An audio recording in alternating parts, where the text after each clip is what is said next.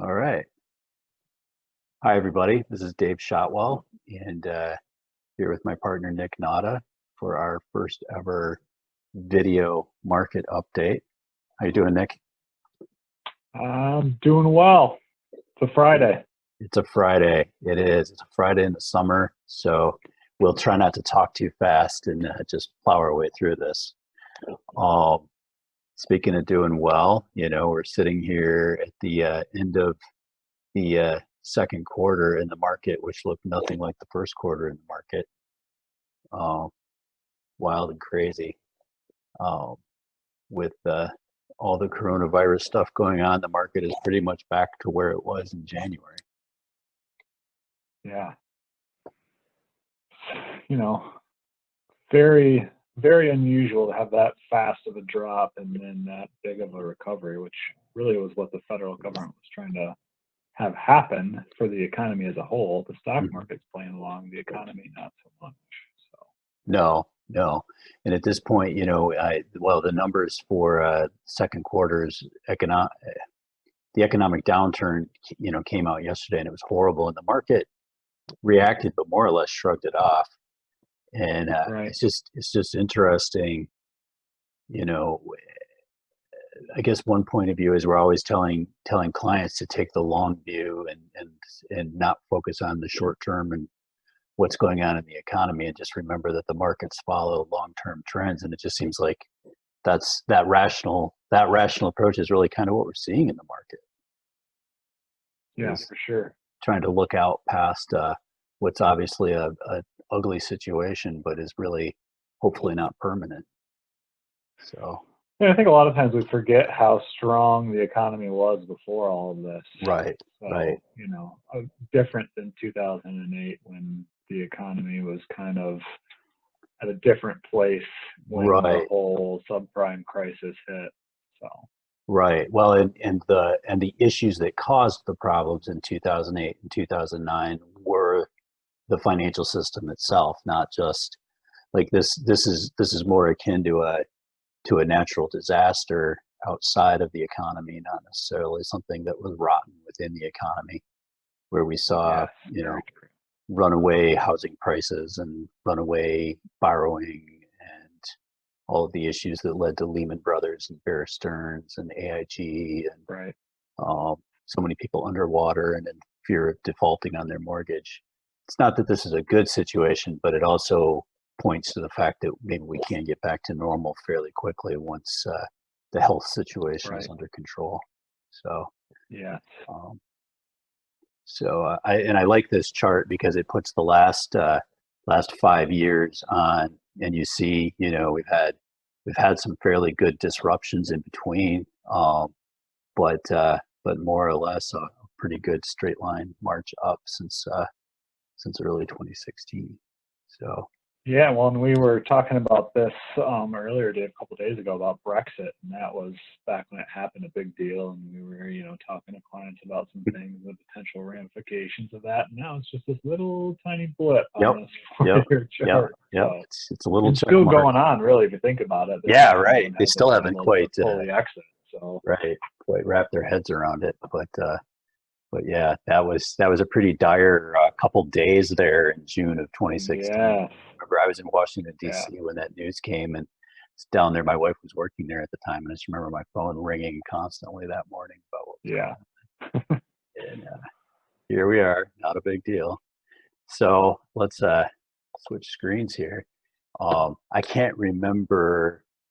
I've been using these charts that we get from dimensional funds with these quarterly summaries, and I'm trying to remember another time when every arrow on the screen was green.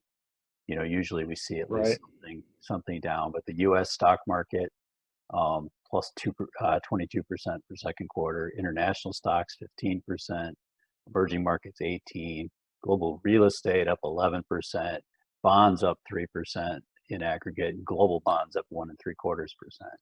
That's that's yeah, a pretty rare situation. So we won't expect that too many times in our career. yeah, Yeah. exactly. So um, so not a lot of losers. Of course, within each of those categories, there were some that did better than others, but by and large. And and you've got to take it in perspective with, we had one of the best quarters on record, if not the best, depending on which indices you want to use, in second quarter, but it was following like one of the worst quarters ever. So, and if you look Mm-hmm. on this chart, they give you the best quarter and the worst quarter for each of these periods. And as you see, at least for international stocks, the worst quarter on record was last quarter, Q1 Wow. of this year. So Yeah. we still didn't quite, still wasn't quite as bad as 2008 for the U.S. stock market, at least using this indicator. So, we like this nice, simple, good news, bad news chart that we steal from SEI. On the good news side, the global economy seemed to bottom out in April. It's been showing signs of sustained growth. Although pre-pandemic levels of activity will not likely be achieved anytime soon. I think we're seeing that. Probable second wave of the virus in the autumn and winter months is not expected to lead to a repeat of the extensive lockdowns that occurred during the initial wave. That one I'm not so sure about. Here in July, we've seen at least a lot of threats from state and local governments about having to backtrack to some of the more extreme shutdowns, depending on where you're Yeah, at. it's been interesting. It seems like the states that took it a little bit more seriously are, a little bit better position right now. And I think the same could be said for Europe and what they've been able to do over there and slowly Mm-hmm. opening up, and which looks good for, potentially for Europe and international to weather this second storm a little bit better. And I think that speaks to, the importance of diversification. We get a lot of questions about international investing, which has not done as well as US in the, really for quite some time. Yeah. So this just speaks to everything is cyclical. And we what we don't want to do is make bets on which one's going to do better. We want to kind of have a diversified portfolio because we know that history tends to repeat itself, especially in these cycles, and when international equities do better than U.S. equities.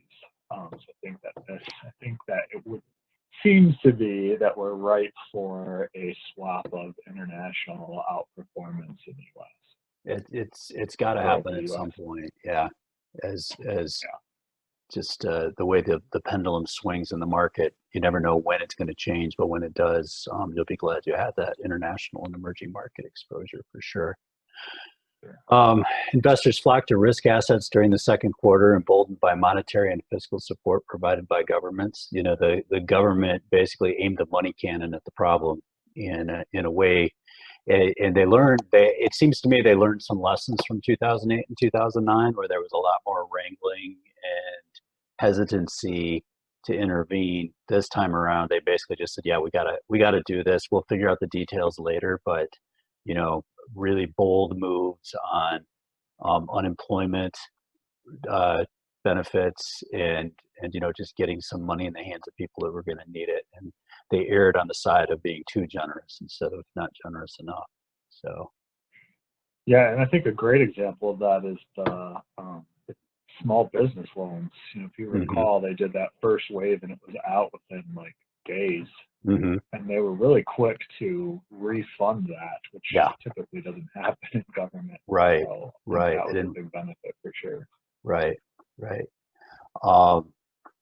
Inflation is not likely to break out of the past decade's benign range, allowing central banks to keep interest rates near record low levels, which is an interesting point, and they don't elaborate on it here, but another guy I think pretty highly of said, because it can be kind of antithetical that the government's pumping all this money into the economy, we would expect inflation. Well, you'd expect inflation if the government was pumping in money on top of money that consumers were already spending, but instead they're pumping money in on top of augmenting reduced demand, bringing it back to normal instead of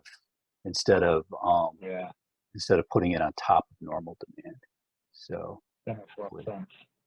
Yeah, well, and the other thing I point to with clients on that is, the government can borrow right now at like 2% or less for 10 years. And if I could borrow at 2% or less at 10 years, I would take all the debt somebody would give me at 2%, you know? Right.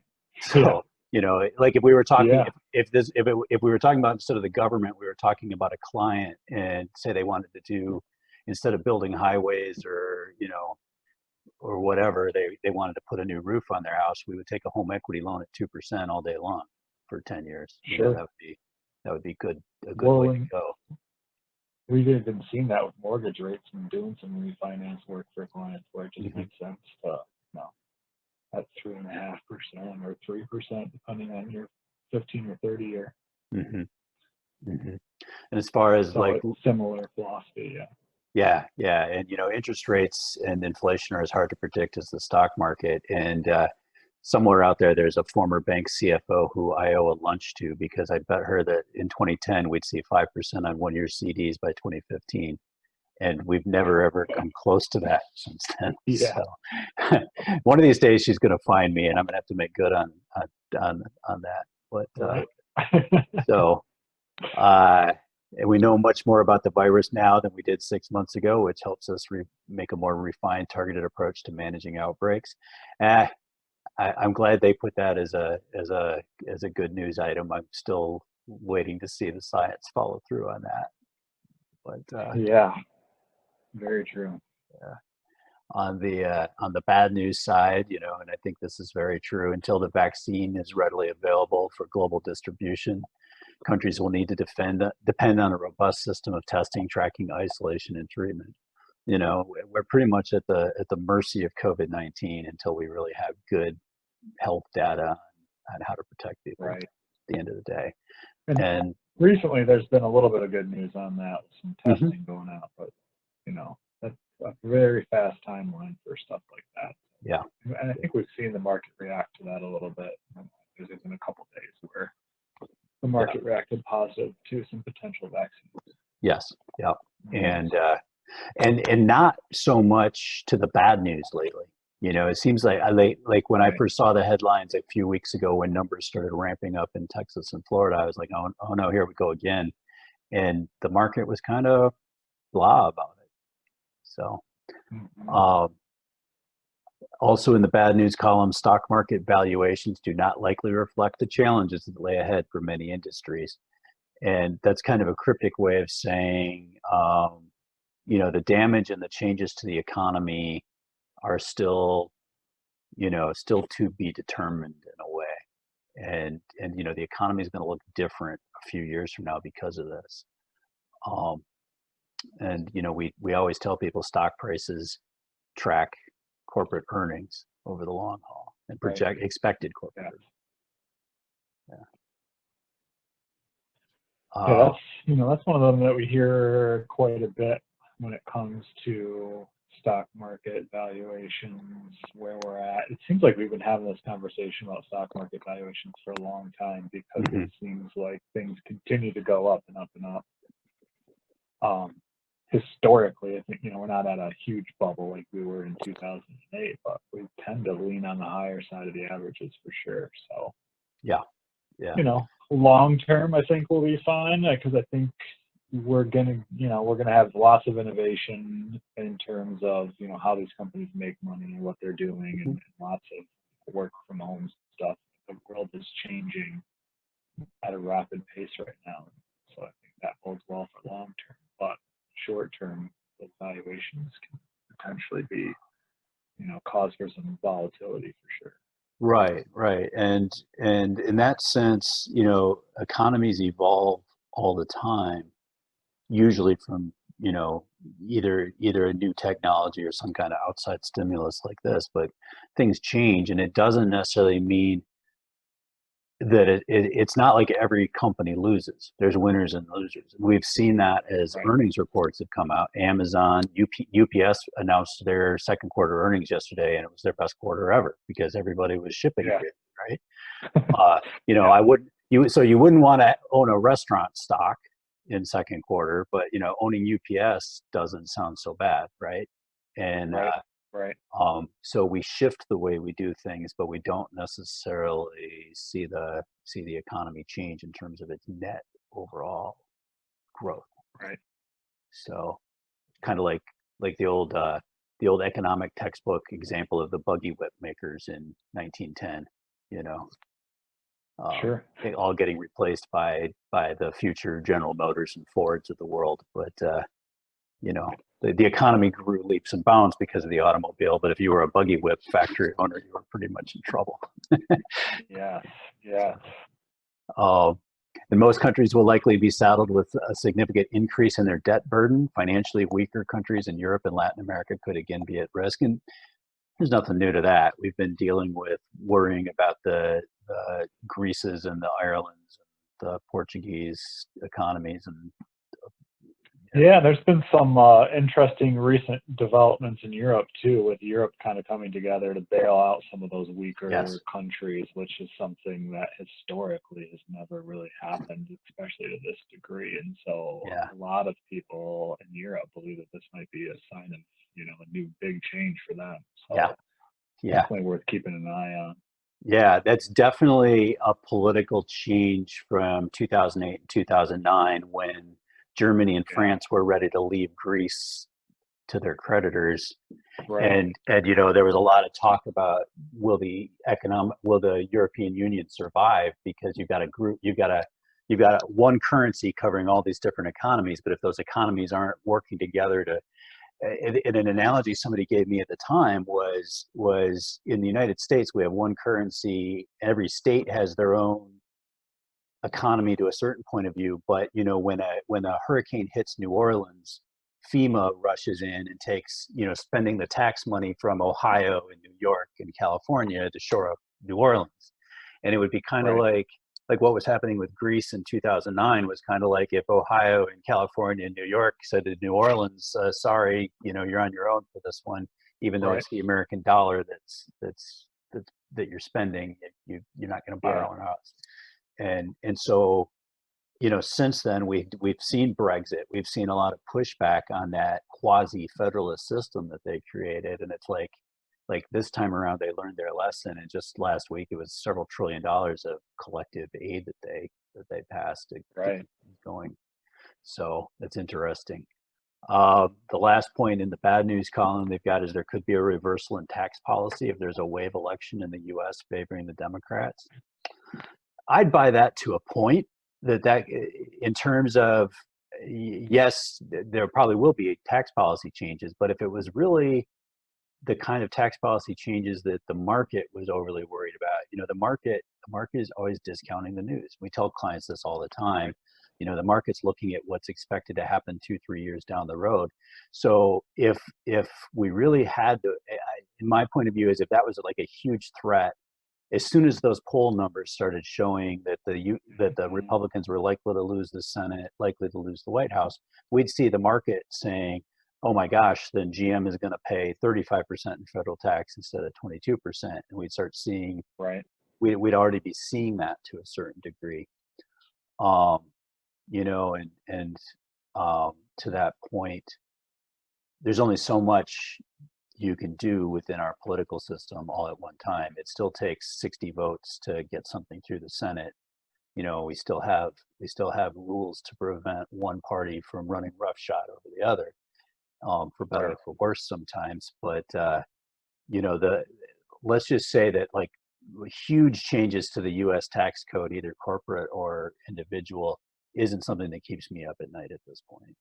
I would Yeah. expect, tax rates are really low right now. They're probably lower than they should be, and we should say thank you, count our blessings, count our money, but expect some of that's gonna change. I mean, it's just, Right.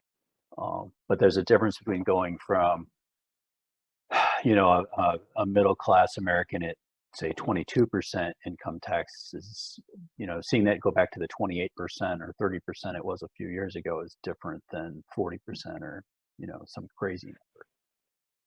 Right. And I think on the corporate side too, I mean, we were, as far as like our competitors from a national standpoint, we were way at the top. I don't know if you have that slide in here or not. I don't. I was just looking Um, for that. Yeah. Um, the but U.S. just, go ahead. Yeah, at the old tax rate, 35% headline corporate taxes, we were the worst in the developed world, or the highest Right. in the developed world. and at 22% now we're like right in the middle. So Right. so there's some room either way to still be competitive.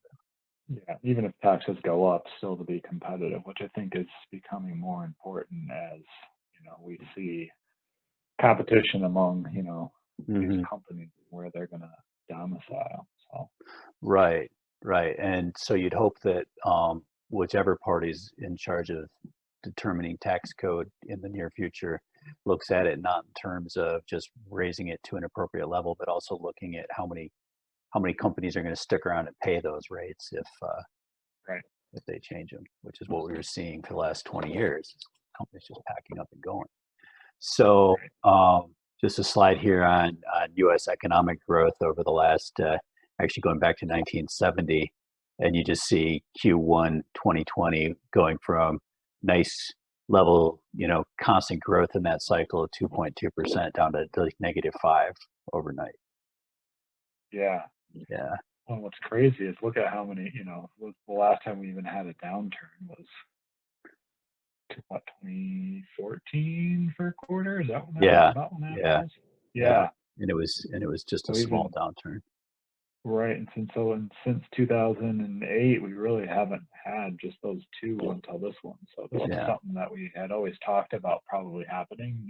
No, nobody knew this was going to be the cause of it. right. But, and I think it speaks a little bit more to the new normal of, we always talk about 2% GDP growth as not being that much, but it's more of a slow and steady than it was back in, the 70s and 80s. So I think that Hmm. was kind of more of the new normal of that slowing. You don't see those huge jumps, but you don't Well, see those big drops either. yeah, and quarter by quarter changes that were Right. extremely big. Yeah, yeah. So, and we talk about the stock market responding to the global pandemic. This chart shows the stock market reactions to past events like this, all health related. So SARS, the avian flu, the H1N1 virus, MERS, Ebola, and Zika, and they kind of, with setting them all to zero at the bottom, you see that, coming in, you had better markets, and then going out, you see pretty steep recoveries. Whether this one plays out the way the past ones have, it's hard to tell. This is the first one we've had that's really impacted the economy. And I think that's the Right. that's the big difference. All of those, we all remember them to a certain extent, but none of them led to government shutdowns and huge changes Yeah. outside of Hong Kong um, and China to a certain degree. So, you know, as Mark Twain was famous for saying, history doesn't repeat, but it often rhymes. Well, I wouldn't expect this chart to look exactly like the past ones, but hopefully it'll at least reflect Yeah. the overall.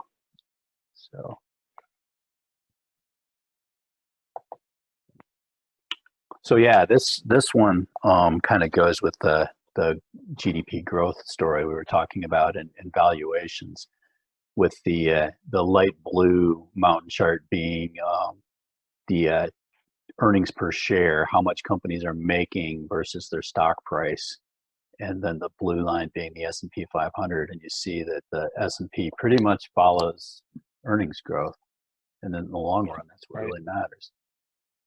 Right. So we kind of see that continuing, but right now, back to what Nick was talking about with valuations, because earnings have dropped and the stock market has come back up, we're at a point where stocks would historically look kind of expensive right now. So the bet that the market is making overall is that those earnings will recover and get right back on track, and that this trend will continue together. So, and then, by contrast, everybody talks about the tech bubble.